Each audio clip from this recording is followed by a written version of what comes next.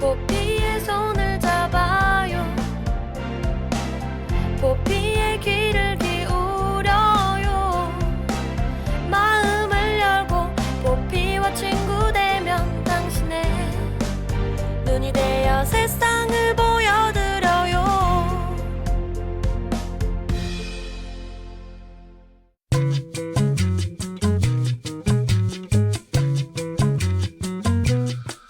불타는 금요일, 오늘 혹시 술 약속 있으신가요? 자, 그렇다면 다음날 푸석해진 피부를 막기 위해서 4가지 수칙은 꼭 지켜주셔야겠습니다. 네, 먼저 술을 마실 때는 물도 많이 마셔주세요. 술을 마시게 되면 우리 몸에 수분이 부족해지는데 그러면 피부도 메마르게 되거든요. 물을 많이 마셔서 수분을 채워주세요. 또 피부에는 잠이 보약입니다. 술을 마신 뒤에는 충분히 수면을 취해주세요. 술 마신 다음 날에는 땀을 흘릴 정도의 운동을 하세요. 운동을 하면 피부 혈액순환이 개선되고 노폐물이 배출돼서 피부 손상을 막을 수 있다고 합니다. 다만 술 마신 다음 날엔 탈수가 찾아오기 쉬우니까요. 과한 운동보다는 가벼운 운동과 또 충분한 수분 섭취가 필요하겠죠. 그리고 마지막 수칙으로는요. 술을 마신 날 밤 반드시 세수를 하는 것입니다. 그래야 얼굴 피부 트러블을 막을 수 있거든요. 알려드린 4가지 수칙 잘 기억하셔서 불금 흔적 없는 주말 보내시길 바랄게요. 2월 19일 금요일 내 손을 잡아요. 지금 출발합니다.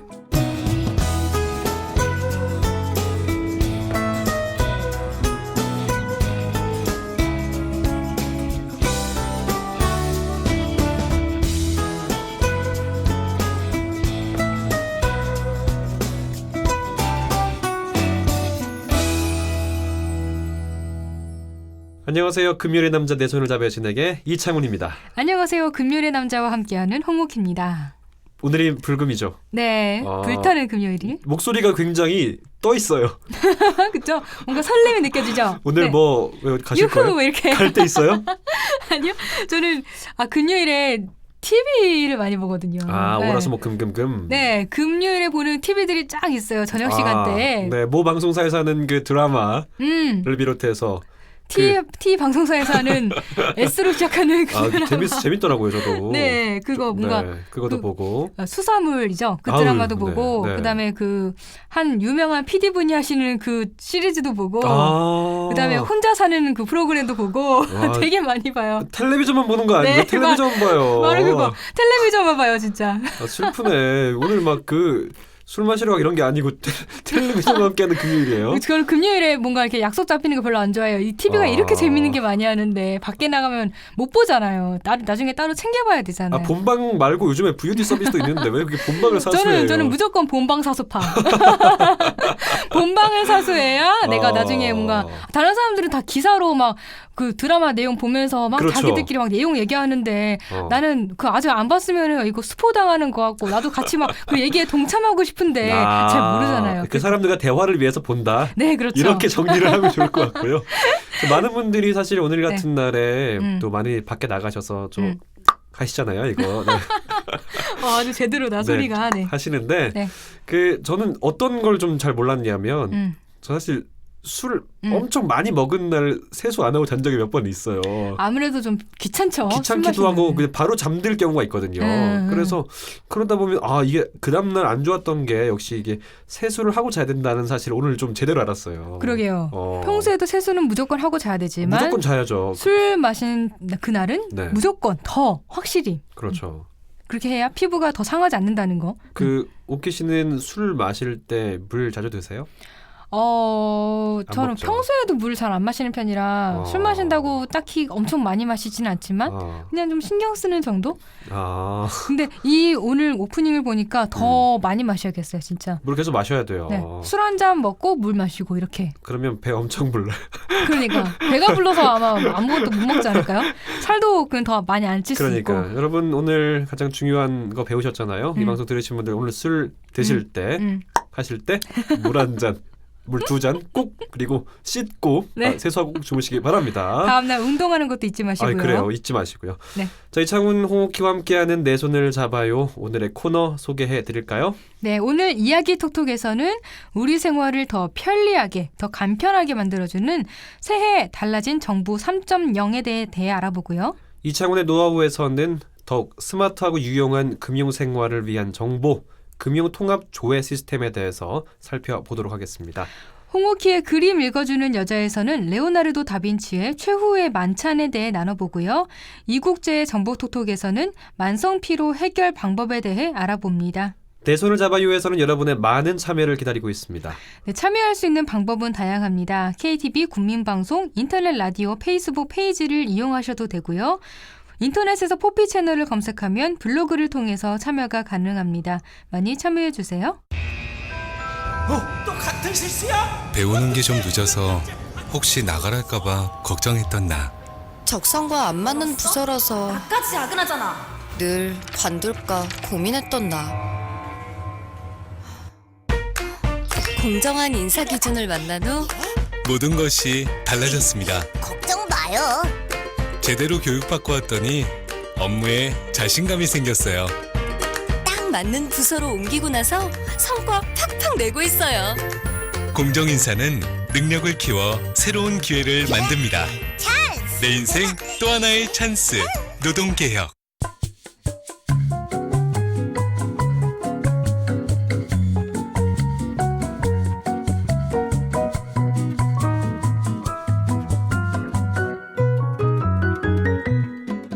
여보, 우리 아기 낳느라 정말 수고했잖아요. 우리 창이 참 날 닮아서 정말 잘생긴 것 같아. 여보, 당신 닮은 게 아니라 나를 닮은 거겠죠. 무슨 소리 하는 거야. 나를 닮았다니까요. 알았어. 그렇게 아무튼 하자. 우리 창이 출생신고는 했어요? 출생신고? 당연히 했지. 태어나자마자 주민센터 가가지고 했지. 잘했어요. 그러면 가정 양육수당 신청을 했어요? 가정 양육수당? 가정 양육수당은 신청 안 했는데. 그러면 출산 양육 지원금 신청은 했어요? 갑자기 한숨을 쉬고 그래. 그것도 아직 못했어. 아니 그러면 지금 주민센터에 가서 딸랑 출생신고만 하고 온 거예요? 아니 이래가지고 지금 우리 창이를 잘 키울 수 있겠어요? 가정 양육수당이랑 출산 양육 지원금을 신청을 해야 되는데 또 가서 해야 되잖아요. 저 바가지 긁지 마. 그런 택 받으려면 근데 일일이 다 신청을 해야 되는 거야? 몰랐지 나는. 근데 한 번에 신청하고 알아서 혜택 주는 거 그런 거 없어? 자. 네. 너무 구박받네요 저. 네. 창이는 절 닮았고요. 아무튼 네. 이렇게 뭔가 가정 양육수당과 출산 양육지원금 신청을 하지 않아서 구박을 받았는데요. 네. 진짜 너무 심해요. 네. 너무 슬프네요. 갑자기 저는 눈물 날 실제로 것 이렇게 같아. 바가지를 긁진 않습니다. 네. 그럼 뭐 아니 잘 써주신 게 작가가 대본이 잘 써준 것 같아. 아니 저는 이렇지 않다니까요. 알았어요. 네. 하지만 앞으로는 이런 구박을 받지 않으셔도 됩니다. 그래요? 네. 어떻게 말입니까? 올해부터 행복 출산 원스톱 서비스가 시행되거든요. 행복 출산 원스톱 서비스. 네. 이 출산과 관련된 서비스를 한 번에 할 수 있는 뭐 그런 제도겠죠? 네, 맞아요. 어허. 정부 3.0 행복 출산 원스톱 서비스는 대표적인 국민 생애 주기별 맞춤형 정책으로 임산부를 위해 마련된 서비스인데요. 아하.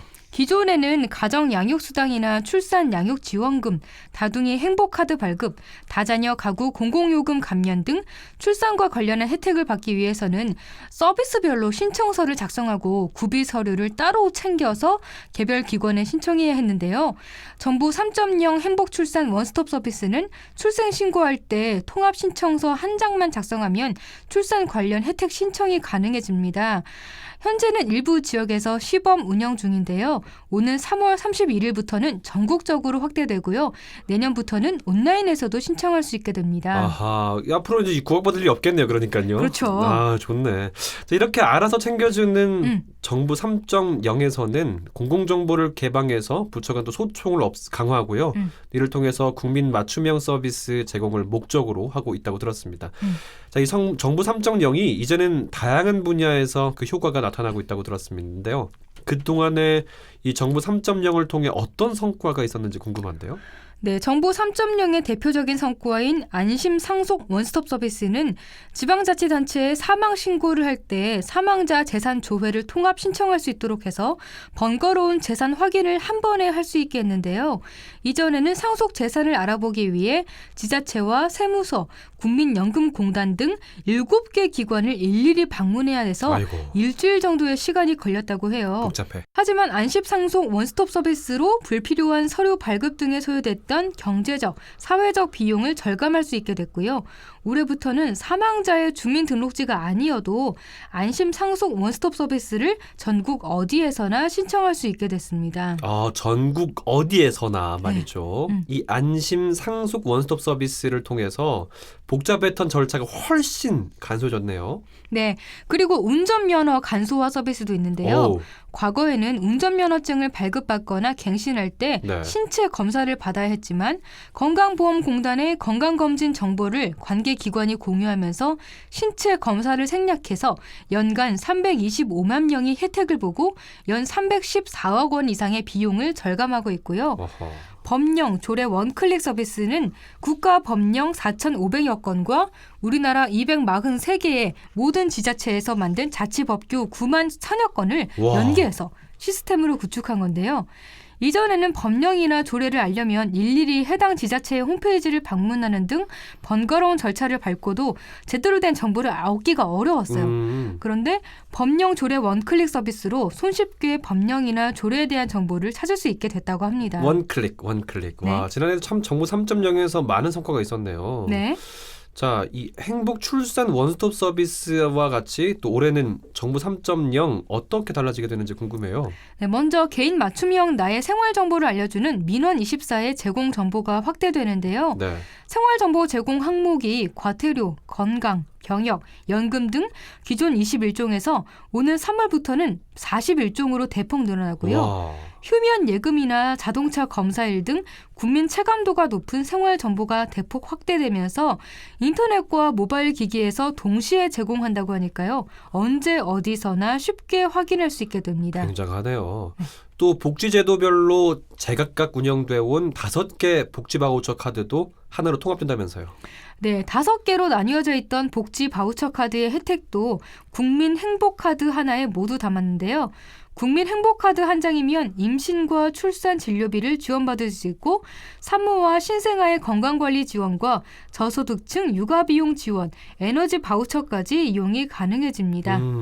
또 궁금한 건요. 네. 부동산 관련 정보들 참 많잖아요. 복잡하기도 네, 맞아요. 하고요. 그러면 이 부동산 관련 정보들도 한 번에 확인해 볼 수 있어요? 네, 있습니다. 올해부터 시행하는 일사편리 서비스를 통해 18종의 부동산 관련 정보를 하나의 부동산 종합 증명서에 담아 발급받을 수 있는데요. 네. 그동안에는 부동산 등기 정보를 제외한 15종의 부동산 증명서를 서비스해왔지만 올해부터는 소유권과 용익권, 담보권 등과 관련한 부동산 등기 정보를 추가해서 서비스가 더 확대된 건데요. 부동산 종합증명서는 전국 시군구 민원실과 읍명동 주민센터 그리고 일사편리 부동산 통합 민원 사이트를 통해 발급받거나 열람할 수 있다고 합니다.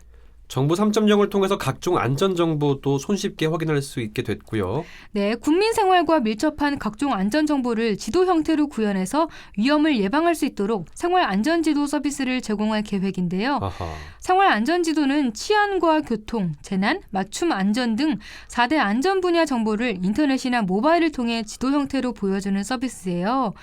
인터넷에서 생활안전지도를 검색하거나 모바일에서 생활안전지도 앱을 통해 서비스할 계획이라고 합니다. 이게 지도 형태라서 정보를 이용하기 더 편리하겠다는 생각이 드는데요. 네네. 질병에 관한 정보도 알아서 제공해 주는 서비스도 있겠군요. 맞죠? 네, 바로 국민건강 알람 서비스예요. 알람 서비스. 네, 국민건강 알람 서비스는 빅데이터 분석 기술을 기반으로 감기나 눈병, 피부염, 식중독 등 주요 유행성 질병에 대한 지역별 위험도와 행동 수칙을 질병 위험이 나타나면 단계별로 알람을 제공하는 서비스예요. 올해부터 제공되는 국민건강 알람 서비스는 알람 대상 지역을 16개 시도에서 252개 시, 군, 구로 세분화했고요. 알람 단계는 관심, 주의, 경고, 위험 4단계로 구분해서 질병의 알람 단계별 행동 수칙을 제공하도록 했고요. 이번에 대표적 호흡기 질병인 천식을 추가해서 일교차나 최저기온, 이산화황, 미세먼지, 오존 등의 측정값을 반영해서 사전에 알람을 제공하게 된다고 합니다. 얘기를 들어보니까 사실 질병에 취약한 계층이 영유아나 어르신들이잖아요. 그렇죠. 이분들은 정말 꼭 필요한 서비스라고 생각이 되거든요. 네, 그리고 지난 2013년부터 일부 재외공관에서 시범 시행해오던 재외국민의 공인인증서 발급 서비스를 올해부터는 영사 업무를 실시하는 모든 재외공관으로 확대하는데요. 네. 재외국민은 해외 재외공관에서 공인인증서 발급을 신청한 당일에 국내에서 사용 가능한 인증서를 발급받을 수 있게 되고요. 농업 경영체를 등록할 때 신청서의 항목을 기존 140개에서 71개로 대폭 줄여서 절차를 간소화하고 농업인의 건강, 연금보험료 지원 신청 절차도 간소화해서 농업 경영체 등록자의 건강, 연금보험료 지원을 신청할 때 농업인 여부 확인 절차를 거치지 않게 됐습니다. 와, 이 정부 3.0 자체가 정말 그때 복잡했던 게 진짜 많았잖아요. 네, 그런 것들이 그쵸. 간소화되고 우리 생활이 점차 편리해지는 걸 체감할 수 있게 되는 부분이 아닌가 싶습니다. 네. 앞으로는 더 어떤 서비스가 우리 생활이 더 간편해지고 또 편리해질지 정부 3.0으로 달라지는 대한민국의 모습이 정말 기대가 되네요. 내 손을 잡아요에서는 여러분의 많은 참여를 기다리고 있습니다. 알고 싶은 정보가 있다, 방송에 참여해보고 싶다, 함께 나누고 싶은 사연이 있다, 모두 좋습니다. 페이스북에서 KTV 국민방송 인터넷 라디오를 검색하면 저희 페이지가 나오는데요. 그쪽으로 메시지 주시거나 진행자에게 메시지를 보내주세요. 그리고 인터넷에서 포피 채널을 검색하면 블로그를 통해서도 참여가 가능합니다. 방송을 들을 수 있는 방법도 알려드리죠. KTV 홈페이지와 모바일 앱 팟빵으로 접속하면 실시간으로 들을 수 있습니다. 그리고 유튜브를 통해서도 만나실 수 있는데요. 혹시 실시간으로 진행되는 방송을 놓치신 분들은 팟캐스트 서비스를 이용하면 다시 청취하실 수 있습니다. 도대체 언제 할 거야? 이제 빨리 하고 보고 드리겠습니다. 아니, 퇴근 언제 할 거냐고? 근로시간이 줄어듭니다. 나 회사 관두게 됐어. 그럼 다음 달 생활비는? 실업급여 받으면서 천천히 찾아보자, 여보. 실업급여가 늘어납니다. 최 씨, 오늘이 마지막 출근이에요. 내일부터 정규직으로 출근해요. 정규직 전환이 쉬워집니다. 노동개혁으로 대한민국이 새 출근합니다.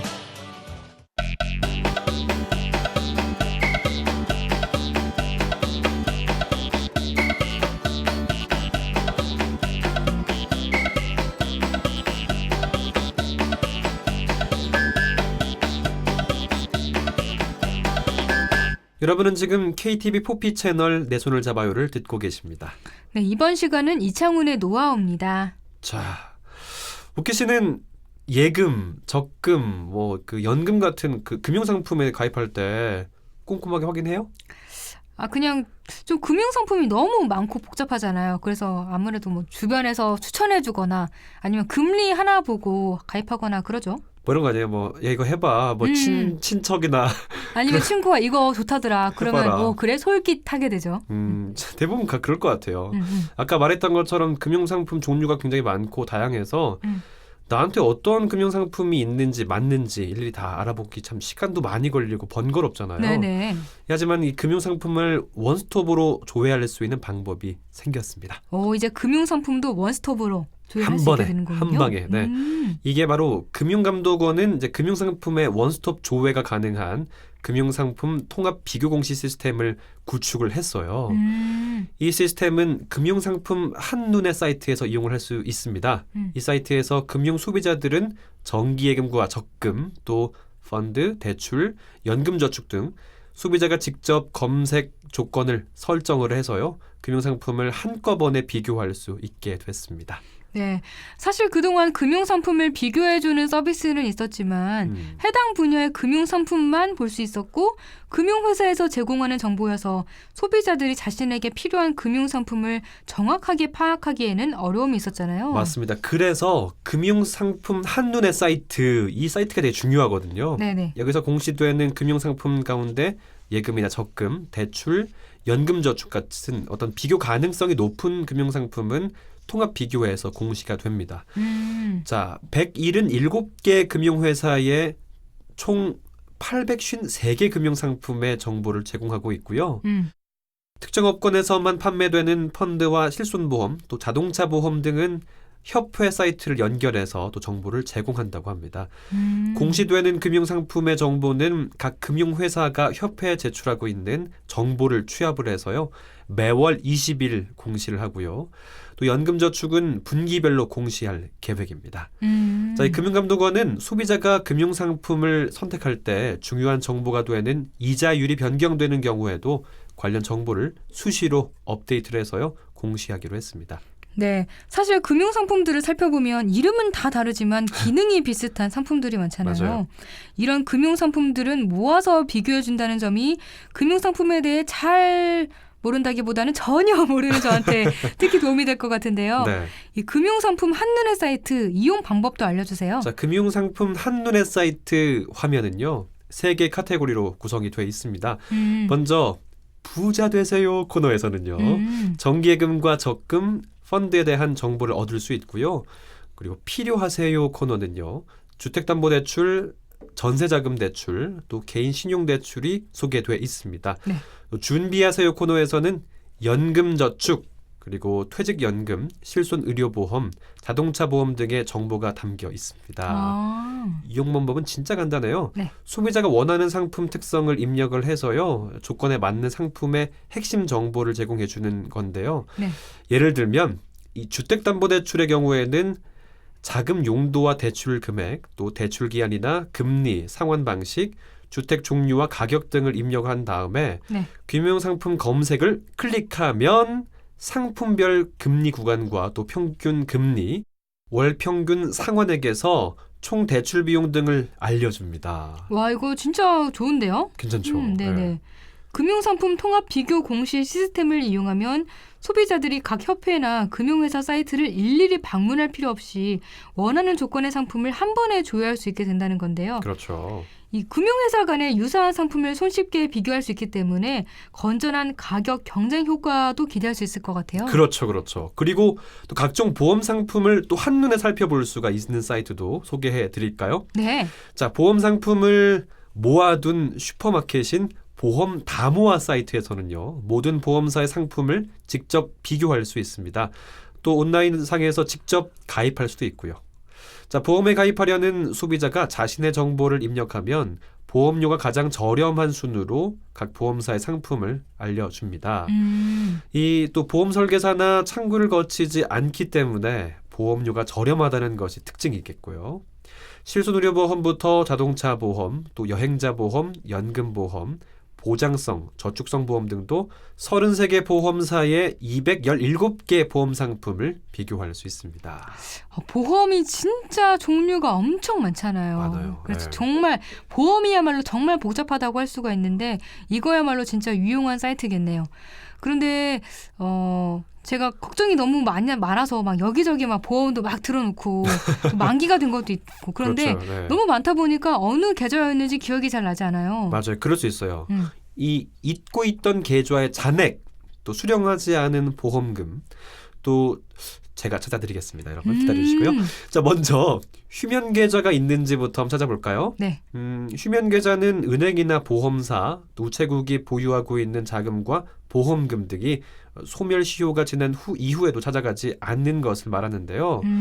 보통 은행 예금은 5년, 그리고 우체국 예금은 10년, 보험은 2년이 지나면 소멸시효가 지나게 된다고 합니다. 그러면 이거 시효가 지나기 전에 찾아야 될 그렇죠. 것 같은데 네. 휴면 계좌는 어떻게 찾을 수가 있을까요? 방법도 되게 간단해요. 소비자가 찾아가지 않은 휴면 예금을 확인할 수 있는 시스템인 휴면 계좌 통합 조회 시스템으로 좀 확인할 수 있습니다. 이 휴면 계좌 통합 조회 시스템 홈페이지에서 이름과 주민등록번호를 입력하고요. 또 공인인증서로 로그인을 하면요. 휴면 계좌를 조회할 수 있습니다. 자, 금융감독원에 따르면 수령해가지 않은 휴면 계좌의 규모가 무려 2조 원에 달한다고 합니다. 네. 이 중에 나도 모르는 내 돈이 그러게요. 있을 수 있어요. 그래서 꼭 휴면 계좌 통합 조회 시스템을 이용해서 조회해 보시고요. 또 수령하지 않은 휴면 계좌를 찾았다면 또 해당 금융기관을 방문해서 지급을 요청하시면 될 것 같습니다. 네, 이건 진짜 꼭 해봐야겠네요. 그렇죠. 꼭 필요하겠죠? 네. 자, 요즘은 그 카드 포인트도 현금처럼 쓸 수 있잖아요. 그렇죠. 알죠? 오키 씨는 뭐 내 카드 포인트 얼마 남았는지 알아요? 아니요. 이거 확인해봐야겠는데요. 혹시 막 만료됐으면 어떡해요. 그러니까 맞아. 그럴 수 있죠. 네. 자, 너무 아까운 부분 사실 있어요. 이 카드 포인트 종합 조회 시스템을 한 번에 이용해 보시면 될 것 같습니다. 이 카드 포인트 통합 조회 시스템에서는요. 주민등록번호로 본인 인증만 하면 자신이 보유하고 있는 각 카드사의 잔여 포인트 소멸 예정 시기를 또 확인할 수 있습니다. 신용카드 포인트를 또 활용하면요. 카드사와 제휴를 맺은 각종 쇼핑몰이나 또 음식점 등에서 포인트만큼 할인받을 수 있고요. 또 현금화도 가능하다고 하니까요. 야, 정말 돈 되는 카드 포인트 그러게요. 버리지 말아야 될 것 같네요. 네. 카드 포인트 말고도 내가 가입한 금융 상품에 대해 알려주는 서비스도 있을까요? 그렇습니다. 뭐 내 보험들 어떻게 관리할지 참 모르겠다면 보험 가입 조회 서비스를 이용하시면 될 것 같습니다. 보험 가입 조회 서비스에서는요. 내가 가입 중인 보험 상품을 확인한 다음에 이 조회하는 사람이 계약자나 피보험자로 돼 있는 모든 보험 가입 정보를 제공하고 있습니다. 자, 홈페이지의 보험 가입 조회 창에서 공인인증서로 본인을 확인한 다음에 가입 내역 확인을 신청을 하면 영업일 이내의 결과를 제공해 줍니다. 아직 수령하지 않은 보험금도 조회할 수 있고요. 또 보험 가입 조회 서비스를 이용하실 때 신협과 새마을금고, 우체국 보험 이런 보험들은 공제 상품은 조회되지 않는다는 점 꼭 기억해 두셔야겠습니다. 자, 내가 가입한 연금 상품도 궁금하실 것 같아요. 네. 자, 내가 가입한 연금 상품은 통합 연금 포털을 이용하면 되는데요.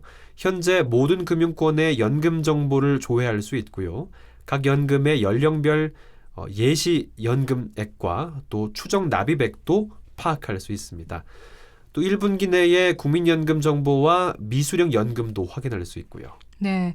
각 금융회사에 분산되어 있는 자동이체 계좌를 관리할 수 있는 서비스도 있다고 하던데요. 그렇습니다. 각 금융회사에 분산된 자동이체 정보를 한 번에 또 조회하고 그런 거 궁금하잖아요. 이럴 때 자동이체 출금 계좌를 다른 은행의 계좌로 변경하고 싶을 때 네네.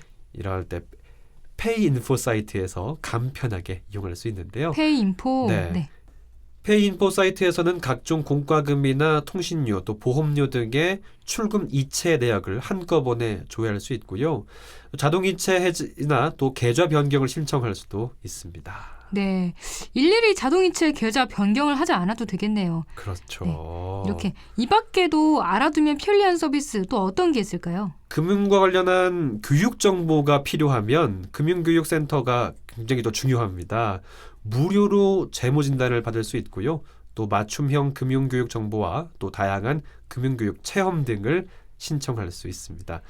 자, 서민 맞춤 대출 안내와 또 요즘에 그 피싱 사기 피해 많잖아요. 네. 그런 예방 정보도 얻을 수 있고요. 제도권 금융회사 조회 등 또 서민의 금융 생활을 보호하기 위한 정보들은 서민금융 1332에서 확인할 수 있습니다.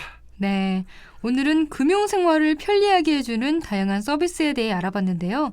사실 금융이 어렵고 복잡하다는 생각에 잠들어 있는 계좌나 포인트 찾기를 포기하거나 비교하거나 제대로 알아보지 않고 금융 상품에 그냥 가입하게 되는 경우도 많잖아요. 다양한 금융 정보를 한눈에 알아볼 수 있는 서비스로 금융 너무 어렵게 생각하지 마시고 현명하고 똑똑하게 금융 생활하시면 좋겠습니다. 내 손을 잡아요에서는 여러분의 많은 참여를 기다리고 있습니다.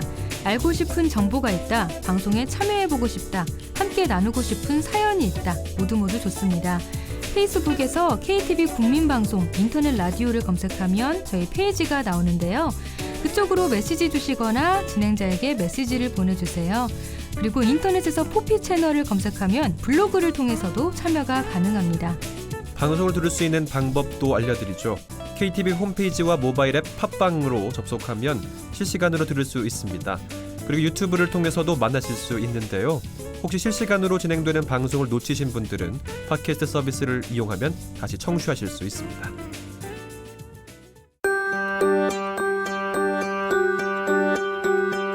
핀테크는 이미 시작되었습니다.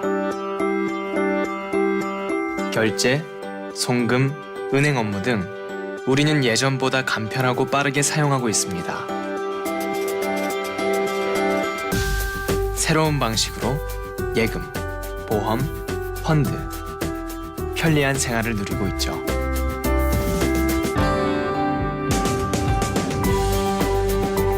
핀테크, 이제 생활입니다.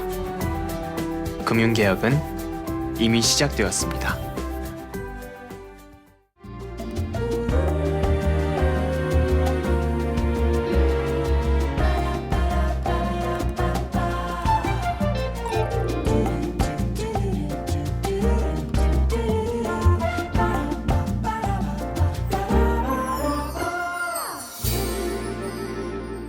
이번 시간은 그림을 읽어주는 여자입니다. 오늘은 어떤 명화 만나볼까요? 네, 오늘 살펴볼 작품은 레오나르도 다빈치의 최후의 만찬이라는 작품입니다. 야, 레오나르도 다빈치. 네, 모나리자를 그린 레오나르도 다빈치가 남긴 또 다른 유명한 그림, 이탈리아 밀라노에 있는 산타마리아 델레 그라치에 성당의 식당 벽에 그려진 최후의 만찬입니다. 이 최후의 만찬 있잖아요. 네. 예수 그리스도, 예수님이 십자가에 못 박히기 전날 12 제자들과 같이 만찬을 나누는 그런 자리를 그린 그림이에요. 제가 저도 또 잘 아는 얘기인데. 네, 좋아하는 구절인가요? 네. 아니, 그럼 다 있어요. 다 이 자리에서 너희 중 하나가 나를 팔아 넘길 것이다. 이런 말을 진짜 했어요. 예수처럼 말하는데요, 뭔가? 분위기가. 네. 그래서 이 성경이 다루는 중요한 순간이고요. 네. 또 만찬이라는 주제 때문에 정말 성당이나 수도원처럼 이 종교시설의 식당에 자주 걸리는 그림이기도 합니다. 자, 그 중에서도 레오나르도 다빈치의 최후의 만찬은 워낙에 뭐 여러 가지 추측들이 많아서 후대 사람들에게 굉장히 미스테리한 영감을 주기도 하잖아요. 네. 저는 이 작품 되게 좋아했어요. 대표적으로 저는 댄 브라운의 소설 다빈치 코드 읽어봤어요. 아, 좋아했어요? 재밌더라고요. 네? 진짜 재밌었어요. 보통 뭔가 종교 있으신 분들은 이 다빈치 코드가 네. 약간 좀 종교를 훼손시킨다고 해서 별로 싫어한다고 생각했었는데. 아이 뭐 책은 다르죠. 재밌게 읽을 수 있죠. 얼마나 재밌는데요. 그 추리하는 게. 맞아요. 진짜 재밌게 네. 풀어냈거든요. 네, 진짜 재밌었어요. 네. 아무튼 이 최후의 만찬이 워낙에 좀 여러 가지 설들이 너무 많아가지고 좀 자료 찾는 게 힘들었어요. 그래서 저는 신빙성이 있는 이야기와 좀 흥미로운 이야기를 섞어서 해드리려고 합니다. 좋아요. 네. 네. 일단 모나리자는요. 은은하고 아름다운 이상적인 미소와 균형 잡힌 구도 등으로 최고의 작품으로 여겨지고 있죠. 최후의 만찬은 소실점과 원근법을 적용한 안정적이고 대칭적인 구도, 그리고 12 제자들의 성격이 드러나는 인물들의 표정과 자세, 그리고 배신자 유다를 제외시키지 않고 12 제자를 모두 예수와 나란히 배치한 점 등이 최고로 손꼽힙니다. 이 모나리자고 최후의 만찬 모두 참 구도를 잘 잡은 작품이라는 거잖아요. 네. 그림에서 소실점은 딱 하나가 있을 때 가장 안정적인 구도로 보이거든요. 예, 하나의 소실점으로 원근법을 구사한 최초의 화가가 바로 레오나르도 다빈치였습니다. 최후의 만찬에서도 가운데 앉은 예수를 소실점으로 하는 대칭적인 구도와 균형 잡힌 원근법이 기하학적인 미를 극대화하면서 인간 이성이 표현할 수 있는 최대의 산물로 여겨졌어요.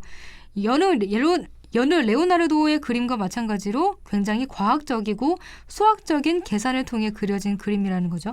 역시 그림 멋진가 보네요. 네. 자, 12 제자들이 그럼 예수와 나란히 앉아있는 그 모습 있잖아요. 이게 어떤 의미예요? 12 제자 중에 은화 몇 푼을 받고 헐값에 예수를 팔아넘긴 제자가 바로 유다요. 네, 그렇죠. 보통 화가들이 최후의 만찬을 그릴 때는 예수와 다른 11명의 제자들을 같이 두고 그 맞은편에 유다를 배치하는 식으로 유다의 배신이라는 성경의 이야기에 초점을 맞췄었어요. 네. 하지만 레오나르도는 이례적으로 모든 제자를 일렬로 예수와 나란히 배치하면서 이야기보다는 구도와 화면의 균형 그리고 안정감에 더 집중을 했습니다. 근데 저 일렬로 쭉 앉아있다 보니까 이 자리에 배신자가 있다는 말이 좀 사실 화를 다 놀란 느낌이 있거든요. 제대로다고요. 특히 이제 속으로 굉장히 뜨끔하고 떨었을 것 같기도 하거든요. 네. 근데 이게 더 생생하게 표현될 수 있을까 이런 생각이 들기도 하는데요. 네, 일렬로 쭉 정면을 향해 앉아있기 때문에 그렇죠. 뭔가 그런 표정과 행동들을 더 잘 볼 수 있겠죠. 그렇겠네요. 맞아요. 이런 좀 더 생생한 표현을 위해서 레오나르도는 그림 속 인물들의 성격이나 이미지에 따라 그림에 맞는 모델을 일일이 찾아서 그렸어요. 그러니까 관상 같은 걸로 본 거죠.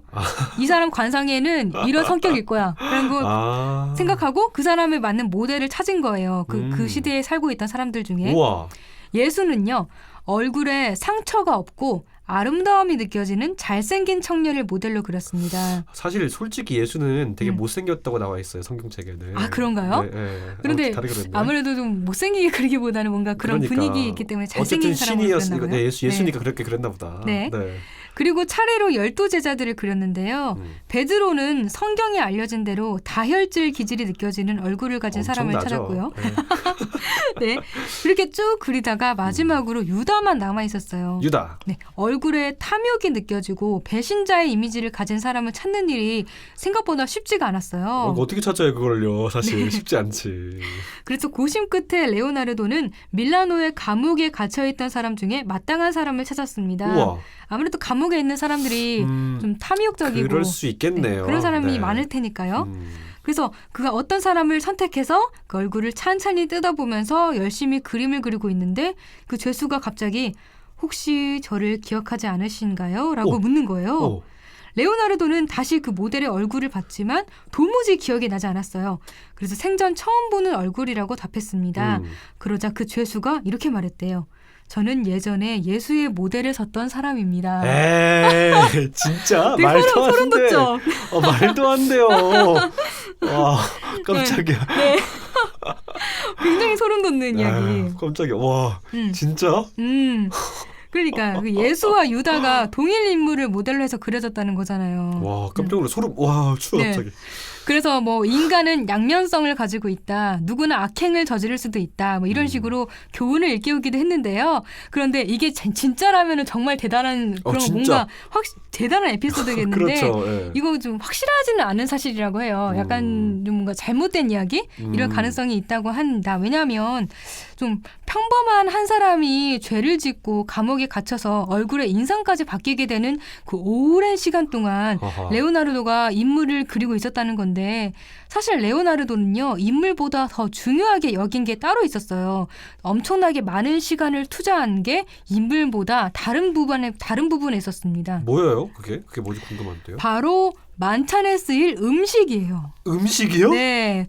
그 예수와 우와. 12제자보다 더 중요하게 생각했던 게 바로 음식이었습니다. 사실 이 작품을 지금 얘기하잖아요. 진짜 몰랐어요. 왜 네. 음식? 와, 그냥 빵하고 떡하고 그냥 포도주인데 그 음식? 궁금하네요. 네, 그러니까 레오나르도는 그 시대의 천재였잖아요. 맞아, 천재지. 네, 화가였지만 디자이너였고 기술자, 건축가, 도시 계획자, 천문학자, 무기 제조가, 야. 음악가, 파티 기획자 등등등 멋지게. 인간이 할 수 있는 모든 일을 다 할 수 있는 사람이었어요.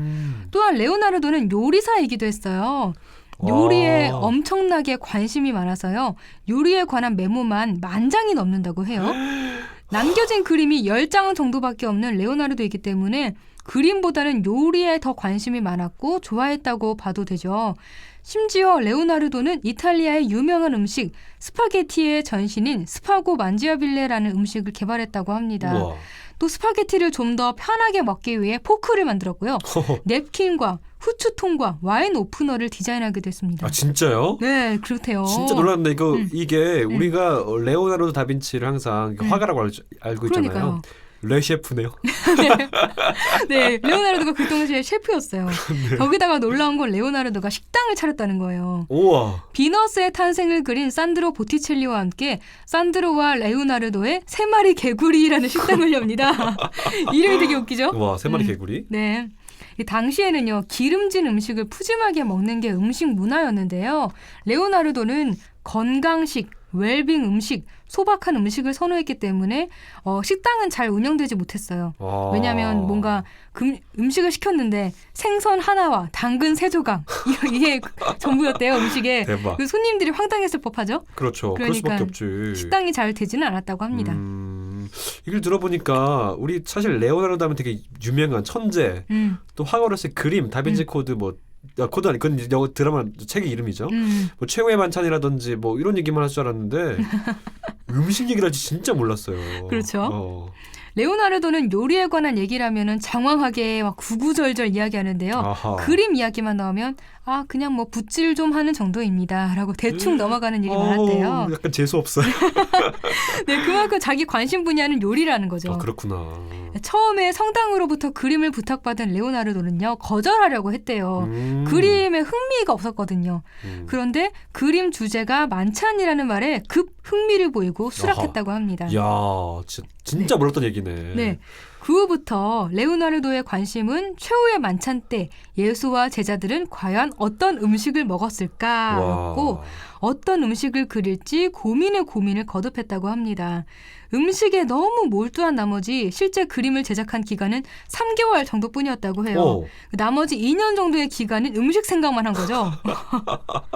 정말 음식에 대한 열정이 약간 그 맛집 투어하는 그런 느낌.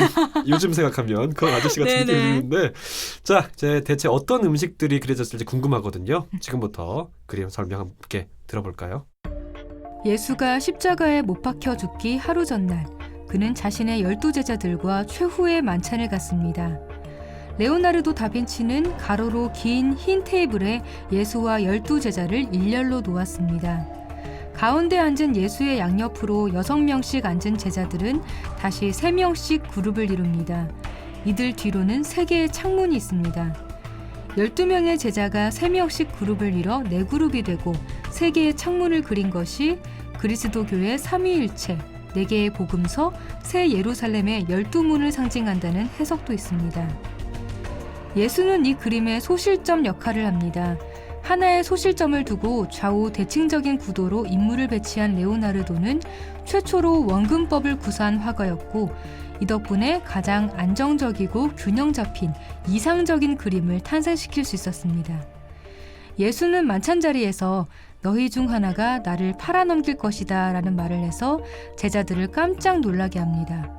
레오나르도는 성경에 나오는 제자들의 성격에 따라 이 말을 들었을 때 어떤 반응을 지을지 상상하고 제각각 다른 포즈와 그에 맞는 표정을 짓도록 만들었습니다. 12명의 제자 중 그림의 가장 왼쪽에 있는 인물은 바르톨로메오입니다. 그 옆에 알페오의 아들 소야고보 그리고 안드레아가 가까이 붙어 있어 한 무리를 이룹니다. 안드레아는 두 손을 허공에 두고 놀란 제스처를 취하고 있습니다. 그 옆에는 베드로와 유다 그리고 예수 바로 옆에 앉은 요한이 나란히 붙어 있습니다. 베드로는 요한의 어깨를 붙잡으며 다른 한 손에 칼을 쥐고 예수를 향해 고개를 최대한 뺀 채 그자가 누구인지 당장 말해달라는 듯한 적극적인 행동을 하고 있습니다. 유다는 한 손에 예수를 팔아넘기고 받은 돈자루를 쥔 채 흠칫 놀란 얼굴로 예수를 바라보고 있습니다. 예수의 바로 왼쪽에 앉은 초록색 옷을 입은 남자는 요한의 형 대야고보이고 대야고보 뒤에 고개를 빼꼼 내밀고 예수를 바라보고 있는 자는 토마스입니다. 토마스는 예수가 부활했을 때 믿지 못하며 손가락으로 예수의 목자국을 찔러보는 인물입니다. 그래서 이 그림에서도 두 번째 손가락으로 하늘을 찌르며 의심스러운 눈초리를 보내고 있습니다. 대야고보 옆에 앉은 빌립보는 반쯤 일어나서 두 손을 가슴에 놓은 채 자신의 결백을 주장하고 있습니다. 그림의 가장 오른쪽에 있는 무리는 마테오와 다데오 그리고 가장 끝에 시몬이 있습니다. 세 인물은 이게 대체 무슨 소린지 서로 심각하게 토론하고 있습니다. 레오나르도는 만찬의 음식을 중요하게 생각했습니다. 당시는 기름진 음식을 풍성하게 먹는 것이 식문화였지만 레오나르도는 간소하고 건강한 식단을 선호했습니다. 일반적으로 화가들이 최후의 만찬을 소재로 그릴 때는 양고기와 빵, 포도주를 식탁에 올리지만 레오나르도는 생선을 그렸습니다. 특히 장어를 그린 것으로 추정되고 있는데 이는 예수가 살던 시대에 없던 메뉴로 레오나르도가 성경에 충실하기보다는 자신의 생각이 담긴 그림을 그렸다는 것을 알 수 있습니다.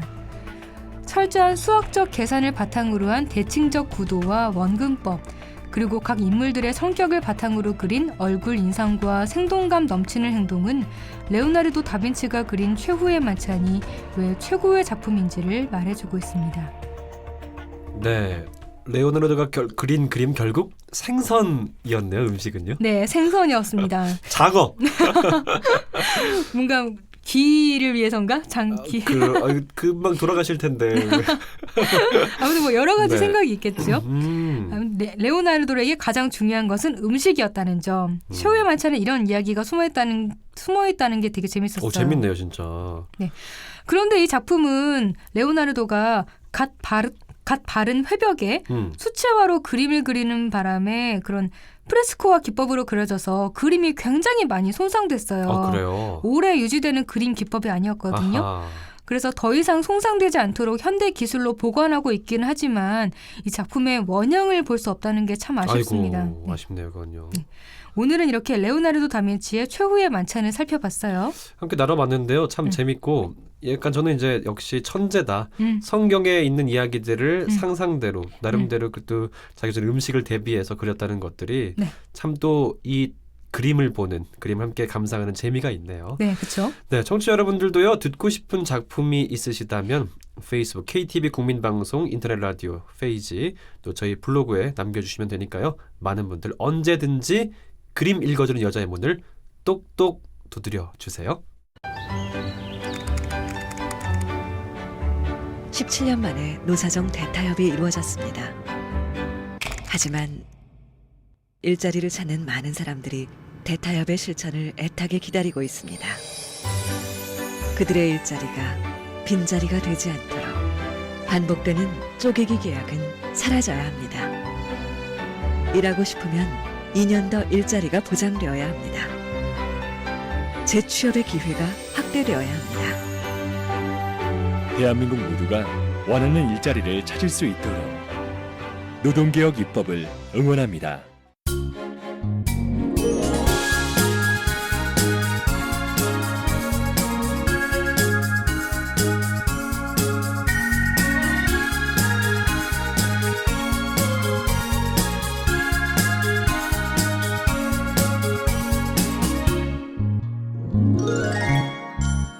이번 시간은 이국제 정보 톡톡입니다. 생활 속 유용한 정보에 대해 소개해드리고 있는데요. 오늘은 어떤 정보가 기다리고 있나요?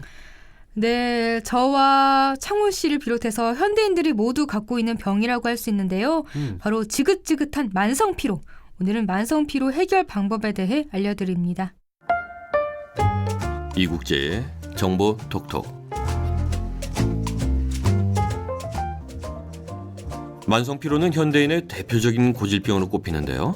피로감이 확연한데도 불구하고 의학적인 질병이 발견되지 않으면 그냥 방치하기가 쉽습니다. 그렇다면 깨진 세포의 균형을 바로잡고 만성피로를 해결하는 생활 습관은 어떤 것들이 있을까요? 지금부터 같이 알아보죠. 현대인들은 일상생활에서 대부분 피로를 경험하며 만성피로를 호소하는 경우도 적지 않습니다. 외국의 통계에 의하면 1차 진료에서 만성 피로를 호소하는 환자들이 5 내지 15% 정도입니다. 우리나라의 경우는 한 종합병원에서 실시한 만성 피로를 가진 환자의 유병률 조사에 의하면 11.44%가 만성 피로를 호소했습니다. 그리고 만성 피로 때문에 치료를 받으러 오는 환자 중에 신체적 질환에 의한 경우가 약 39% 정도로 나타났습니다. 따라서 만성 피로를 느낄 때에는 원인이 되는 질환이 없는지 먼저 검사를 해보는 것이 좋습니다. 만성 피로를 느낄 수 있는 질환은 여러 가지인데요. 간에 문제가 생겨서 간 기능에 이상이 있거나 심혈관계 질환이나 신장 질환, 빈혈이 있을 때에도 피로감을 느끼게 됩니다. 암이나 류머티스성 질환, 근골격계 질환도 피로감을 동반합니다. 그 외에도 우울증이나 불안증 등의 정신적인 문제, 약물 부작용, 또 지나친 흡연이나 음주, 운동 부족, 비만 등도 만성 피로의 원인이 될 수 있습니다. 각종 검사나 상담 진료를 통해서 피로의 원인이 밝혀졌다면 이런 원인을 제거함으로써 피로감도 확실히 해결할 수 있습니다. 반면 갖가지 검사를 해도 아무 증상이 없는 경우도 있습니다. 질병도 없고 건강하지도 못한 어중간한 상태에 놓여 있는 거죠. 이때 나타나는 증상 중 가장 흔한 것이 만성 피로입니다. 그래서 이러한 만성 피로의 원인과 치료법을 찾아내는 것은 여전히 현대의학의 과제로 남아 있습니다. 종합검진을 받아도 이상이 없다고 나오는데 정작 본인은 항상 몸이 무겁고 피로하다면 실로 답답한 노릇입니다. 현대의학에서는 피로에 대한 병명이 없어서 이상 없음을 판정하고 별다른 치료법도 제시하지 못하는 것이 현실입니다. 그래서 일부 의사들이 관심을 두는 분야가 바로 기능의학입니다. 세포의 기능을 연구하는 기능의학에서는 세포의 기능이 최적의 상태로 유지될 때만이 피로가 없어지고 활력이 생기며 질병의 예방뿐만 아니라 노화도 늦출 수 있다고 말합니다. 그리고 이러한 세포의 기능을 분석하는 방법으로 모발 분석, 타액 호르몬 분석, 소변 유기산 검사, 만성 알러지 검사 등을 진행하고 있죠. 기능의학은 아직 우리나라에서는 전문 의학 과목으로 자리 잡지 못하고 있습니다. 하지만 수많은 임상 사례를 통해서 만성 피로 증상이 개선되고 있다는 점에서 볼 때 결코 간과할 수 없는 분야라고 할 수 있습니다. 만성 피로를 일으키는 세포 기능 장애의 원인은 영양소 불균형, 호르몬 불균형, 독성 물질 해독 문제, 음식에 의한 과민 반응, 면역 결핍, 중금속 중독, 장애 기능 장애 등 12가지 정도로 구분할 수 있습니다. 이러한 각각의 문제들을 해결해서 세포의 화학 반응이 순조로워진다면 세포의 기능이 향상되고 세포에서 에너지가 충분히 만들어져 활력이 생길 겁니다. 자, 그럼 이제 피로 예방을 위한 생활 수칙에 대해서 알아볼까요? 모든 질병의 근본 원인은 잘못된 식습관과 생활 습관인데요. 만성 피로 증후군도 마찬가지입니다. 세포의 기능이 잘못된 음식과 습관이 맞물리면서 점차 약해지기 때문입니다. 만성 피로 환자를 위한 치료는 이들 습관을 개선하는 것에서부터 시작해야 합니다. 첫째, 흡연은 최대의 적입니다. 활성산소의 가장 큰 원인은 흡연입니다. 아무리 좋은 영양소와 항산화제를 먹어도 담배에서 나오는 독소들을 제거하는 데 사용돼서 세포의 다른 기능으로 사용하기 어렵습니다. 금연 클리닉이나 담배를 쉽게 끊게 해주는 전문 의약품 등을 활용해서라도 금연하도록 노력하는 것이 좋습니다. 둘째, 자신만의 스트레스 해소법을 찾으세요. 흡연만큼이나 활성산소를 많이 만들어내는 것이 바로 스트레스입니다. 마음의 평온을 느낄 수 있는 취미생활을 한다든지 하루 1시간 정도는 자신을 돌아보는 명상의 시간을 갖는 것도 좋습니다. 또한 매사에 긍정적인 마인드를 갖는 것도 중요합니다. 가장 좋지 않은 스트레스 해소법은 술을 마시거나 담배를 피우면서 스트레스를 푸는 건데요. 그렇지만 이런 행동은 불난데 기름을 붓는 격이므로 반드시 삼가해야 합니다. 셋째, 매일 스트레칭 운동을 하세요. 하루에 10분씩 전신의 근육을 골고루 스트레칭하는 습관을 들이면 만성적인 근육 통증과 피로가 감소합니다. 만성 피로가 있을 때는 근육에 힘을 쓰는 근력 운동보다는 스트레칭 운동이 더 바람직합니다. 특히 너무 심한 운동은 육체적 스트레스를 줘서 많은 활성산소를 만들어낼 수 있으므로 될 수 있으면 삼가하는 것이 좋겠습니다. 넷째, 일찍 잠자리에 들어야 합니다. 사람의 여러 가지 호르몬들은 잠과 관련이 있습니다. 따라서 밤에 너무 늦게 자거나 아침에 너무 늦게 일어나는 것은 호르몬의 불균형으로 이어질 수 있습니다. 가능하면 11시 이전에 잠자리에 들고 아침에 일어나서는 햇볕을 보는 것이 좋습니다. 다섯째, 수분 섭취를 충분히 하세요. 수많은 화학 반응이 일어나고 있는 세포에서 가장 필수적인 영양소는 물입니다. 우리 몸은 충분한 물이 있어야 다른 영양소들이 원활하게 작용하기 때문입니다. 또한 물은 혈류를 원활히 해서 혈액순환을 도울 뿐 아니라 우리 몸에 쌓여있는 노폐물을 체외로 배출하는 데 중요한 역할을 합니다. 그 때문에 물이 부족한 사람은 쉽게 피로를 느끼는 거죠. 물은 차나 음료수보다는 미네랄이 함유된 생수를 마시는 것이 가장 좋습니다. 여섯째, 양질의 단백질과 야채를 먹어야 합니다. 단백질은 인체 내에서 아미노산으로 분해되는데 아미노산은 인체 내에서 일어나는 화학작용들을 도와주는 효소들을 만들고 호르몬의 원료로도 사용됩니다. 또한 외부의 세균으로부터 우리 몸을 보호하는 항체의 원료이기도 하므로 충분히 섭취해줘야 합니다. 야채와 과일에는 활성산소를 억제하는 비타민 C와 B군이 많이 들어있습니다. 그뿐만 아니라 과일들의 색소 성분인 카로티노이드는 활성산소가 발생했을 때 비타민 E와 함께 가장 먼저 최전선에서 항산화제로 작용합니다. 그러므로 평소 여러 종류의 야채와 과일을 충분히 섭취해서 항산화 네트워크를 강화해 나가는 것이 좋겠습니다. 일곱째, 설탕과 당 지수가 높은 음식을 피하세요. 만성 피로 환자들을 위한 식이요법 중에 첫 번째는 설탕을 끊는 것입니다. 설탕을 많이 먹으면 장내 세균 증식이 생겨서 장의 기능이 깨지게 됩니다. 그렇게 되면 장 안의 독소들이 인체로 흡수돼서 몸이 많이 피로해집니다. 흔히 피로할 때 단 것을 먹죠. 하지만 이것은 저혈당에 의한 일시적인 피로감을 해소해 줄 뿐 장기적으로는 오히려 역효과를 일으킵니다. 그러니까 설탕뿐만 아니라 먹었을 때 빨리 혈당을 올릴 수 있는 음식들도 피하는 것이 좋겠습니다. 자, 이처럼 만성 피로는 뚜렷한 질병의 증상을 보이진 않지만 서서히 신체를 잠식해서 일상생활에서의 무력감을 느끼게 하는 무서운 질환이라고 할 수 있는데요. 그래서 우리는 평소에 식습관을 점검하고 올바른 생활 습관을 가지도록 노력해야 합니다. 그 결과 우리 몸의 세포의 기능이 건강하게 유지된다면 가뿐한 몸과 마음으로 일상생활을 영위할 수 있을 겁니다.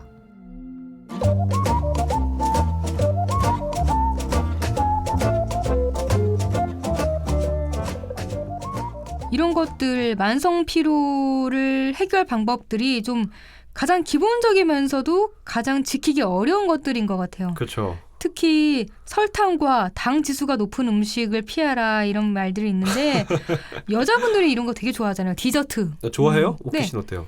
저 너무 단 초콜릿 이런 건 싫어하지만 달달한 거 좋죠. 디저트는 그래도. 좋아하거든요. 그래서 약간 이런 건 지키기 힘들지 않을까 이런 생각이 드는데. 저 같은 경우는 일찍 자는 게 힘들어요. 잠을 항상 이게 이제 밤에 더 이렇게 머리가 더 깨어나는 스타일이기 때문에 일찍 자고 일찍 일어나야만 이렇게 몸이 되게 개운하고 가뿐하고 이런 느낌이 있잖아요. 맞아요. 근데 그게 안 돼서 만성 피로까지는 아니지만 좀 뭉침이 있거나 조금 이게 뭐라고 할까 12시가 돼야 좀 살아나는. 그러니까 왠지 일찍 자면 왠지 좀 아까워요. 왜 아까운지 모르겠어. 뭔가 12시 지나서까지 한두 시까지는 멀쩡하게 있을 것 같은데. 공감하시나 보네요. 네, 저도 약간 좀 늦게 자는 편이라서. 근데 약간 뭔가 이렇게 좀 일찍 자려고 노력하고 일찍 일어나려고 한다 보면 어느 순간 갑자기 이렇게 가뿐하지? 이런 느낌 받을 수 있을 것 같아요. 근데 사실 이게 뭔가 닥치게 되거나 어떤 마음에 내가 일찍 일어나는 동기만 있으면 일찍 자게 되지 않을까 싶은데요. 뭐 사실 만성 피로라는 게 특별한 비법이라는 게 좀 있을 줄 알았는데 없더라고요. 네, 그래 기본적인 거잖아요. 뭐 맞아요. 스트레칭 하라, 매일 일찍 잠자리에 들어라. 그렇죠. 그러니까 특별한 방법이 없는 거죠. 그러니까 잘 먹고 그다음에 우리가 잘 배출하고 맞죠? 네. 잘 자고 그렇게 하는 게 가장 또 중요하지 않나. 그래서 우리 만성 피로 없애는 또 하루 됐으면 좋겠고요. 어쨌든 오늘 이런 여러 가지 얘기를 해봤는데 참 오늘도 아까 처음에 불금 얘기했잖아요. 네네네. 많은 분들이 또 이게 오늘도 술을 드실 텐데 일찍 자기는 좀 틀렸지만 오늘 불금이지만 이렇게 여러분들 오늘 저희 방송 들었잖아요. 만성 피로 없애기 위해서는 일찍 자야 된대요. 네. 그리고 단 것도 많이 드시지 말아야 되고요. 네, 그런 생각도 들었습니다. 저는 무엇보다 수분 섭취도 많이 해야겠고요. 그러니까요. 그게 중요할 것 같아요. 자. 2월 19일 금요일 내 손을 잡아요. 오늘 준비한 소식 여기까지입니다. 여러분들 불금이니까요. 아까 얘기했던 것처럼 재미있게 잘 즐기시고 하지만 몸을 아껴서 또 가는 금요일을 잘 즐겼으면 좋겠다는 말씀 드리면서 오늘 방송 마치겠습니다. 지금까지 진행의 이창훈이었습니다. 홍옥희였습니다. 청취자 여러분 고맙습니다.